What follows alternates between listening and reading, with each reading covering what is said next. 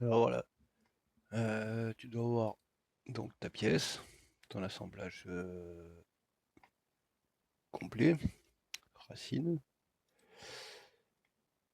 tes éléments qui constituent la pièce, ton meuble et la console et la télé. Ça, c'est ce que tu dois avoir en l'état après la première vidéo. Alors maintenant, si tu veux animer, pour animer cette contrainte ici, le problème, c'est que j'ai deux solutions, mais comme toujours avec SolidWorks, pas moyen d'avoir une solution avec que les avantages sans les inconvénients. Alors, c'est soit on garde cet objet dans l'assemblage, on peut l'animer dans l'assemblage maître, mais les clés disparaissent, les clés de cette contrainte-là disparaissent à chaque fois qu'on enregistre le document. Enregistrement avec reconstruction ou enregistrement et puis rechargement, les clés ont disparu. Alors certes, il mémorise le calcul. Si je fais le calcul de l'animation et que je quitte, même s'il perd les clés, le calcul est toujours enregistré, donc en fait l'animation se déroule toujours. Sauf que, sauf qu'il suffit de la recalculer parce qu'on aura animé autre chose pour que l'animation de la télé disparaisse. C'est-à-dire qu'il faut recréer les clés à chaque fois qu'on veut relancer le calcul de l'animation. Bon, c'est pas génial. Euh, donc moi, je préfère la solution de dissocier cet assemblage de l'écran et d'importer directement la base comme composant de cet assemblage maître et pareil pour l'écran. On aurait donc, au lieu d'avoir le screen, on aurait le screen base et le screen en dessous de ces deux-là à la place de celui-là uniquement. Alors l'avantage de celui-là, c'est qu'on peut l'animer et qu'il mémorise correctement les clés. Mais évidemment l'inconvénient c'est que du coup c'est pas un assemblage en soi. Ça va être deux pièces d'un assemblage qu'on va être obligé d'importer et d'assembler finalement ou de contraindre dans l'assemblage général, maître. Mais bon, moi, je préfère cette solution parce que c'est toujours moins pénible que de devoir recréer des clés à chaque fois. Mais bon, on verra, c'est à toi de me dire. Donc pour cette deuxième solution, on va donc supprimer cet objet, c'est-à-dire tout l'écran. Oui, on peut supprimer toutes les contraintes. Ça, c'est les contraintes de la base sur le meuble en fait. Donc on peut y virer. Voilà. Alors à ce moment-là, on avait notre composant intelligent qui affectait ici le screen. Et le problème c'est que si on veut le réutiliser, il faut que on les déclare comme fonction intelligente importée. Alors pour ça, il y a deux solutions. Soit on fait effacer et on fait tout supprimer sauf le composant intelligent. Bah, très bien, ça il nous laisse le composant ici, sauf que on va se retrouver toujours avec ça, ces deux lignes mises à jour là, ces deux contraintes, et j'ai pas trouvé comment les effacer. C'est-à-dire qu'après elles deviennent grisées, une fois qu'on a reconstruit ça, parce que là, on voit, quand on supprime, il y a cette fonction ici qui est supprimée aussi. Sauf que ces deux-là ne sont pas supprimés. D'ailleurs là j'ai fait un retour en arrière, on voit qu'elles sont grisées. Donc je reconstruis. Pas. Voilà, bon. Ben, voilà, on se retrouve avec. Bref, c'est des résidus. Donc le plus simple, c'est de d'abord évidemment effacer totalement. Après on peut le réimporter, refaire les assemblages, tout ça. Bon. Mais dans l'heure, pour l'heure, on s'en fout à la limite. Là ce qui m'intéresse, c'est d'avoir nettoyé l'écran et la base des fonctions intelligentes importées. Voilà, donc là on voit que la base est toujours là. Et que lui, voilà, les deux trucs sont propres.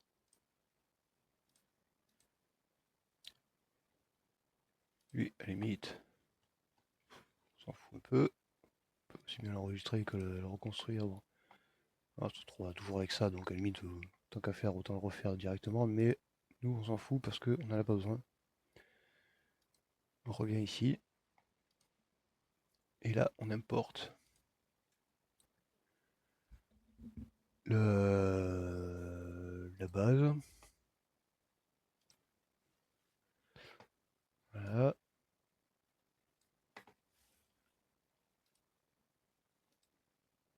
On peut directement contraindre.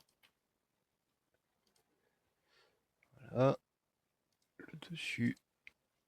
Avec le dessus. Et le plan de droite. Avec le plan de droite. Ah, mais non, pas ça que je veux faire.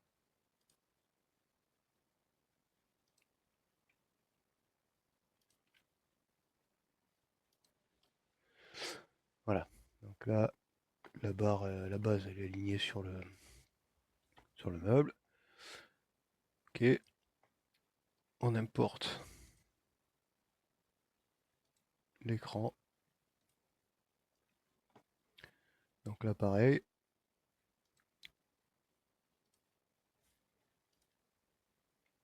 La face et la face.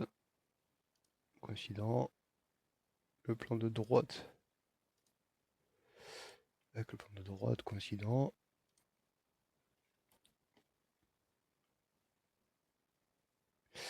Et le plan de dessus, lui, c'est bon, il est aligné là. Donc là, on a ça. Ah oui, j'ai oublié de... Ah non, peut-être que j'ai pas refait pour l'exemple, mais bon. Là, ce que je voulais dire, c'est qu'en fait, on peut... Dans le... Ah bah non, il fait, en fait, c'est parce qu'il a effacé automatiquement la contrainte de limite. Quand j'ai supprimé la base de l'assemblage, premier assemblage. Alors, ici, du coup, on va refaire ici la... Donc là, on a nos deux composants qui sont contraints. Voilà. Et on va y faire ici notre contrainte de limite. Oh, putain, c'est ce menu qui apparaît, ce qui disparaît, c'est insupportable.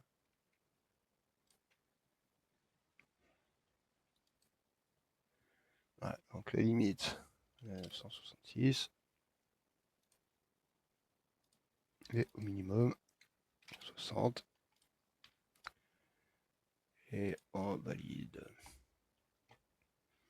Voilà, donc là, on peut constater que notre distance limite est donc dans l'assemblage maître et plus dans les sous-assemblages.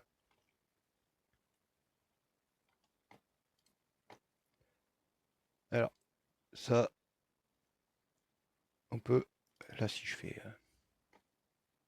si je déplace, on peut voir que la fonction intelligente n'est pas encore appliquée. Donc on va l'appliquer à cet assemblage général. Insérer les fonctions intelligentes. Et là, comme je t'avais expliqué dans la précédente vidéo, quand il y a plusieurs composants ou corps qui traversent la fonction intelligente, il nous demande laquelle on veut. Donc on vient ici cliquer là sur composant pour la fonction et on vient choisir la télé. On voit qu'ici il y a la coche verte qui s'affichait. Donc c'est bon. On coche évidemment le masque. Ici pareil. Et on valide. Et là, elle est tout de suite appliquée au niveau de l'assemblage maître. Cette contrainte, on peut la afficher. Maintenant, on va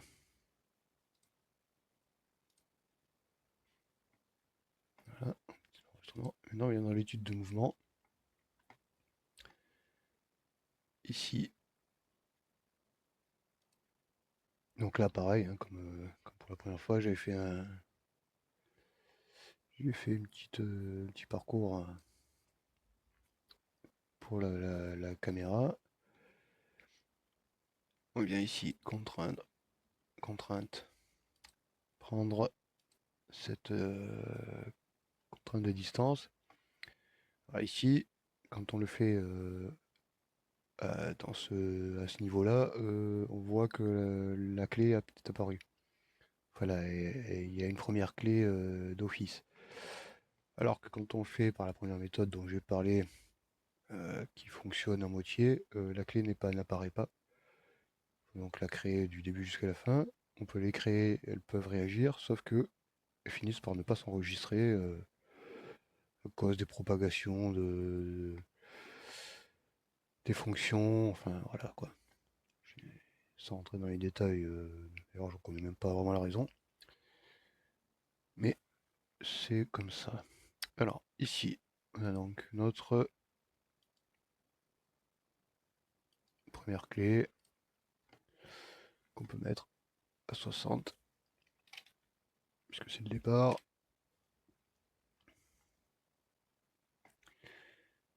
Voilà, je t'ai pas demandé de m'ouvrir ça. Là, on va la glisser. Bon, on peut la glisser là. Après, on va glisser le deuxième vers la fin, voilà. Glisser une autre par ici. Celle-là, donc là, toutes ces trois-là, celle-là et la finale sont à 60. Celle-là, on la met à 920, 966.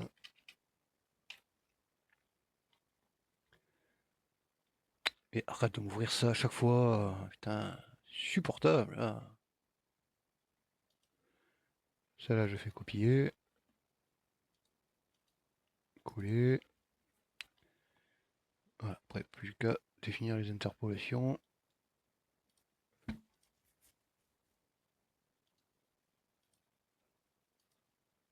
Voilà. Et là, on a notre animation.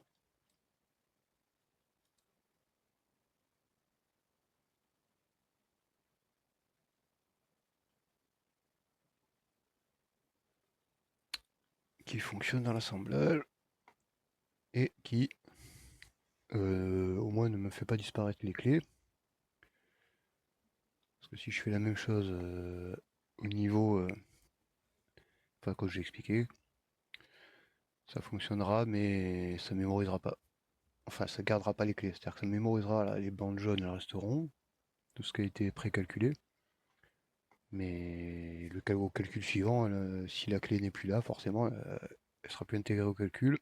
Et donc, il faut refaire les clés de l'écran à chaque ouverture. C'est pas génial. Donc moi, perso, je préfère les séparer.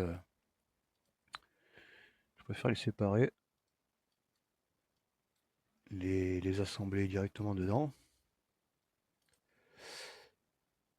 Quitte à se faire ça. Alors ça, par contre, je crois qu'il y a un truc qui est pas possible.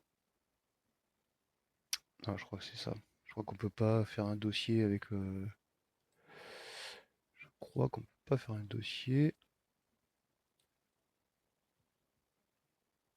avec une fonction intelligente importée. Et ouais, c'est ça. Alors je peux pas. Hop, ouais. Ah bah si, ok. Bon, je sais pas, la dernière fois, je sais plus ce que c'était. Il m'avait refusé le délire. Bon, bah voilà, au moins, qu'il reste un minimum groupé.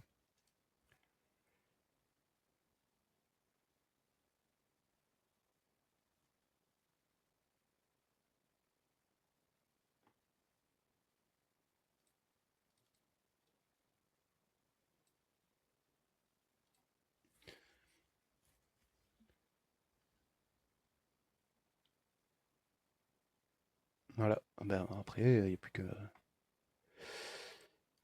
qu'à sauvegarder, enregistrer tout.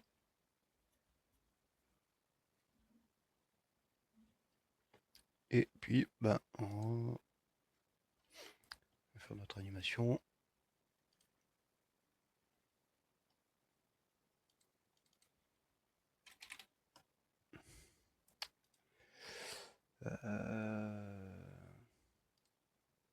Fait 30 ou 60? 30. Ça va, merci. Je vais juste le faire, mais faut le refaire. Mémoire de poisson rouge, ce truc.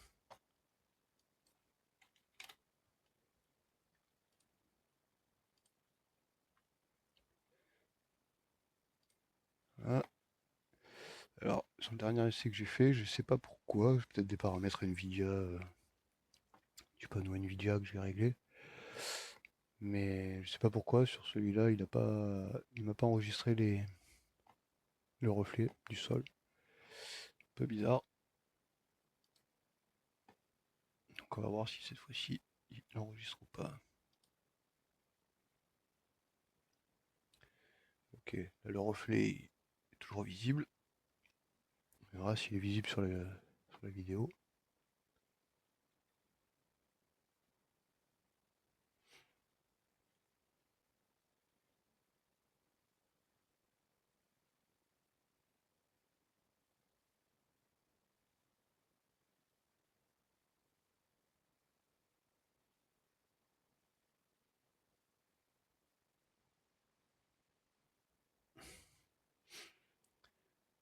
Voilà, après, c'est ça le problème, hein. C'est que il n'y a jamais de solution parfaite, heureusement. Alors après, est-ce que c'est des bugs? Ou est-ce que c'est juste que les développeurs peuvent réellement ne pas faire autrement? Ce dont je doute. À mon avis, ils prévoient des comportements mais qui n'arrivent jamais. Et donc au final, il y a des choses qu'on ne peut pas faire alors qu'on devrait pouvoir les faire sur le papier. Voilà, donc là, les clés sont sauvegardées. Si je quitte, je ferme.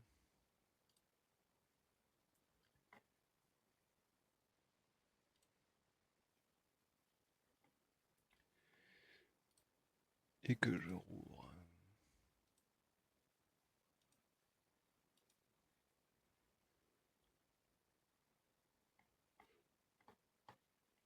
Et que je rouvre l'étude de mouvement. Voilà, mes clés sont toujours là. Voilà. Alors que si tu fais ça avec la première méthode, eh ben, ils disparaissent, tout simplement. Voilà. Je crois que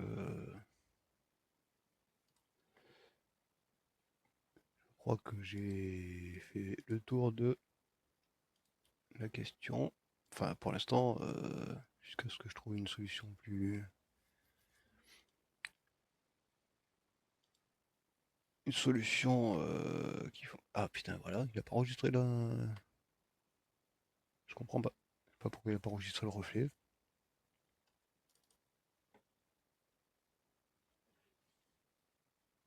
Enfin bon, c'est pas ce qui est le plus important. Ça, c'est juste une question de paramètres quelque part. sais pas ce que j'ai changé. Parce que quand je regarde les précédentes, voilà, c'est en photo view.